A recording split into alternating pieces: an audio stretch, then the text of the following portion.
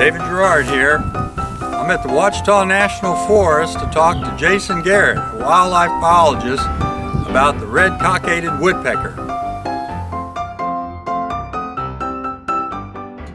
When you start with such a low population, when we started really managing for these after they was listed endangered around 91, and our population here on the Podo was, I believe, 13 active territories, 12 breeding groups. Oh wow. So, and it's just a slow process. You're just lucky to gain one active territory in a year, maybe one every other year.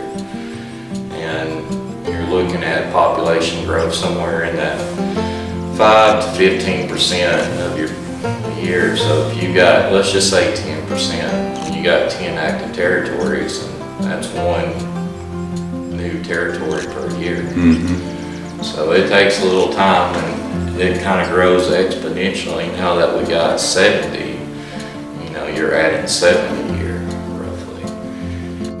Who came up with the idea? Is that something that's done with other species?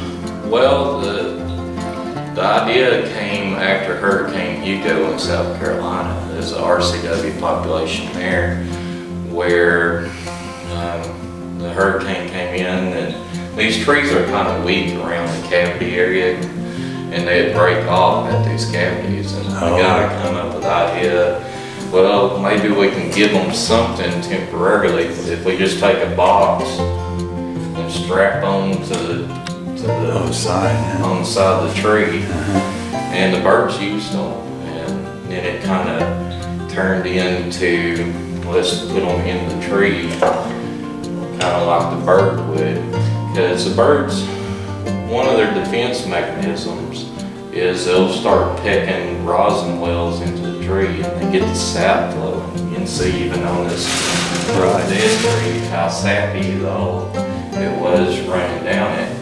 And that keeps predators like the black rat snake from trying to climb up there and get in the cavity. And another management technique that we do is we'll put this metal flashing at the base of the tree, and that keeps the snakes from being able to climb.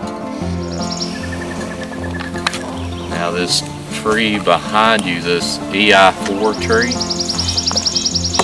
it has an insert in it, and you can kind of see the rectangle shape of the box.